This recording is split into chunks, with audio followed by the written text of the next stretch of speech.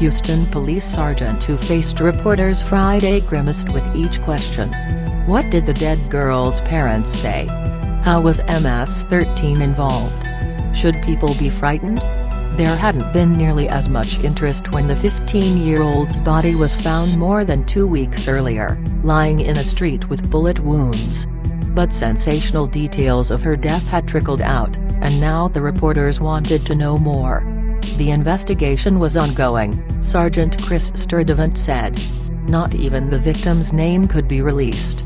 But after so many questions, Sturdivant finally made the same startling claim as prosecutors: there was some, satanic-type activity taking place.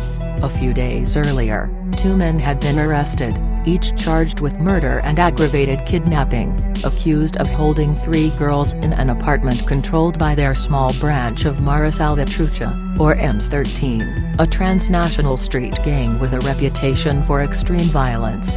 2 of the girls survived. What happened to the third was laid out in the defendant's initial court hearing last week. Miguel Angel Alvarez Flores and Diego Hernandez Rivera showed up to their hearing in shorts, as seen in the Houston Chronicle's courtroom video. Alvarez Flores, who prosecutors said led the cell under his gang name, Diabolico, grinned and waved at TV cameras before a prosecutor related the account of a 14-year-old who managed to escape the apartment. The girls were held in the apartment with 6 MS-13 members, led by Alvarez Flores, authorities said. Formed in El Salvador's civil war, the gang is believed to have more than 6,000 members in the United States, according to CNN.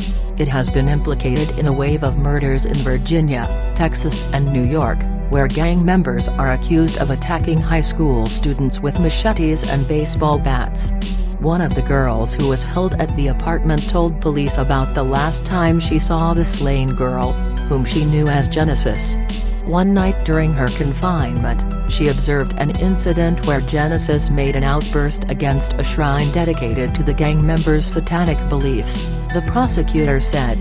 In the courtroom, Hernandez Rivera brushed his nose.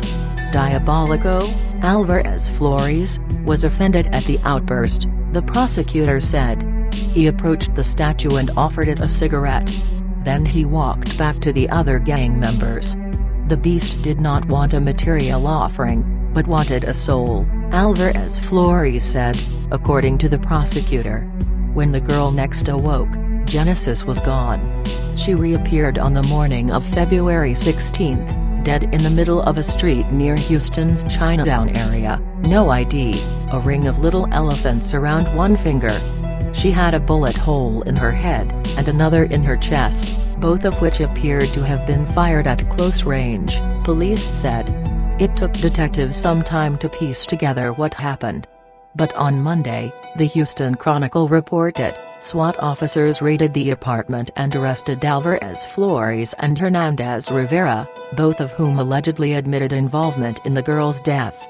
With 2 young people killed, 2 more bodies found, police see rising gang threat. Prepare yourself, it is your turn, Alvarez Flores told Hernandez Rivera after he returned from the shrine, the prosecutor said. He knew this was an order by his leader to kill Genesis. A group of gang members drove off with the victim, the prosecutor said, telling her they were going to meet a marijuana dealer. Instead, they pulled over. The teenager sat down in the grass. The prosecutor said Alvarez Flores pulled out a pistol and waved it at Hernandez Rivera, who took it and shot the girl. In the courtroom, Alvarez Flores's hand twitched as the interpreter asked the prosecutor to repeat the account of the killing. But he said nothing, only nodding when asked whether he wanted a court-appointed attorney.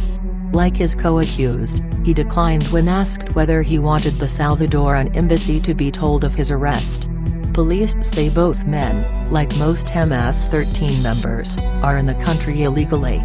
They added that more charges could follow, as well as additional arrests in the death of the teenager.